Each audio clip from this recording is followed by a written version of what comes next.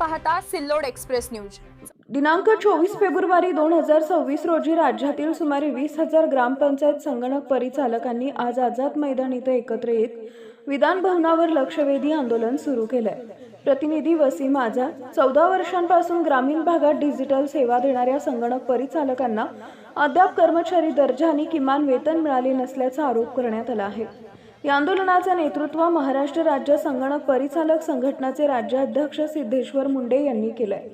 संघटनेच्या प्रमुख मागण्यांमध्ये कर्मचारी दर्जा, किमान 17,000 रुपये मानधन, नोकरीची हमी, नवीन संगणक साहित्य, महिला कर्मचाऱ्यांना प्रसूती रजा आणि 50 लाखांचा विमा यांचा समावेश आहे। दरम्यान शासनाने वारंवार आश्वासन देऊनही अंमलबजावणी न झाल्यास आरोप संघटनेने केला असून इशारा मान्य न झाल्यास आंदोलन तीव्र करण्याचा इशारा देण्यात आलेला आहे।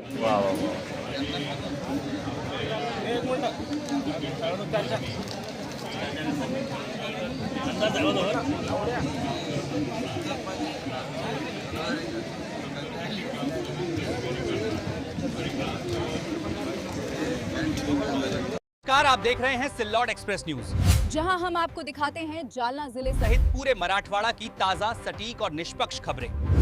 चाळीसगाव महामार्गावरील सिमेंट कॉन्क्रीट रस्त्याचं काम सध्या अत्यंत संथ गतीनं सुरू असल्यानं वाहनधारकांना मोठ्या अडचणींचा सामना करावा लागतोय। फरदापूर ते चाळीसगाव दरम्यान सुरू असलेल्या या कामामुळे संपूर्ण रस्ता खोदून ठेवण्यात आलाय। प्रतिनिधी शेरू शेख यामुळे वाहनांना पर्यायी मार्गांचा वापर करावा लागतोय, मात्र या पर्यायी रस्त्यांची योग्य लेवलिंग करण्यात आलेली नाही। ठिकठिकाणी खड्डे, साचलेली खडी आणि उंच सखल भागांमुळे वाहन चालकांना मोठा त्रास सहन करावा लागतोय। विशेष म्हणजे दिशाफलक न लावल्यामुळे अनेक वाहनधारकांना मार्ग समजत नसून मोटरसायकल घसरण्याच्या घटनाही वाढल्या आहेत। त्यामुळे अपघाताचा धोका निर्माण झालाय। कच्च्या रस्त्यावर नियमित पाणी न मारता काम सुरू असल्यानं मोठ्या प्रमाणात धूळ उडतीये। ही धूळ वाहनधारकांच्या डोळ्यात जात असल्यानं प्रवास करणं धोकादायक ठरतंय। दुचाकीस्वार आणि शालेय विद्यार्थ्यांना याचा सर्वाधिक फटका बसतोय। स्थानिक नागरिक आणि वाहनधारकांनी संबंधित विभागांना तातडीनं लक्ष देऊन पर्यायी मार्गाची दुरुस्ती करावी, नियमित पाणी मारण्याची व्यवस्था करावी, कामाचा वेग वाढवावा अशी मागणी केली आहे। वाढत्या त्रासामुळे परिसरात नाराजीचं वातावरण निर्माण झालं असून संबंधित यंत्रणेनं तत्काळ उपाययोजना करून सुरक्षित आणि सुरळीत वाहतुकीची व्यवस्था करावी अशी नागरिकांची अपेक्षा आहे।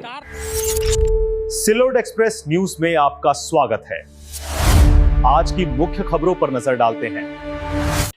बुलडाणा जिल्ह्यातील देऊळघाट परिसरात झालेल्या भीषण अपघातात 2 जिवलग मित्रांचा मृत्यू झाल्याची दुर्दैवी घटना समोर आली आहे। अनधिकृत स्कूल व्हॅनच्या धडकेत जखमी झालेल्या दुसऱ्या तरुणाचाही उपचारादरम्यान मृत्यू झालाय। प्रतिनिधी सय्यद इरफान माहितीनुसार 16 फेब्रुवारी रोजी रियाज बेग आणि तौसिफ बेग हे दोघे मित्र बुलेटवरून देऊळघाटकडे परतत असताना भरधाव वेगात आलेल्या मारुती इको व्हॅननं त्यांना मागून जोरदार धडक दिली।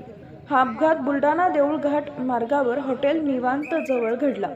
अपघातात तौसिफ शेख यांचा जागीच मृत्यू झाला होता, तर गंभीर जखमी रियाज बेग यांच्यावर MGM हॉस्पिटल इथं उपचार सुरू होते, मात्र उपचारादरम्यान त्यांचीही प्राणज्योत मालवली। या अपघातावेळी व्हॅनमध्ये शालेय विद्यार्थीही होते। संबंधित व्हॅन अनधिकृत असल्याची माहिती समोर आली असून चालक दारूच्या नशेत वाहन चालवत असल्याचा आरोप आहे। तसेच बुलडाणा रिजनल ट्रान्सपोर्ट ऑफिसच्या दुर्लक्षामुळे जिल्ह्यात अनधिकृत वाहनांद्वारे विद्यार्थ्यांची वाहतूक सुरू असल्याची चर्चा आहे। या घटनेमुळे देऊळघाट गावावर शोककळा पसरली असून नागरिकांकडून दोषींवर कडक कारवाईची मागणी केली जाते। अशा निष्काळजीपणामुळे 2 निष्पाप जीव गेले। आता प्रशासन जागे होणार का?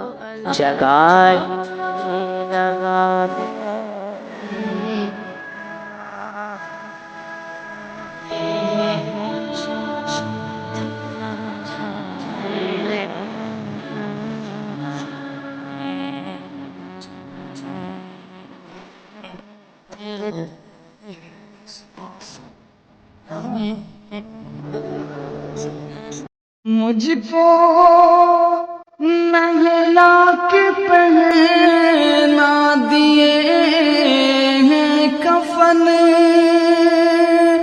रो चुके मिल के माँ बाप भाई बहन। मुझको नहला के पहना दिए हैं कफन, रो चुके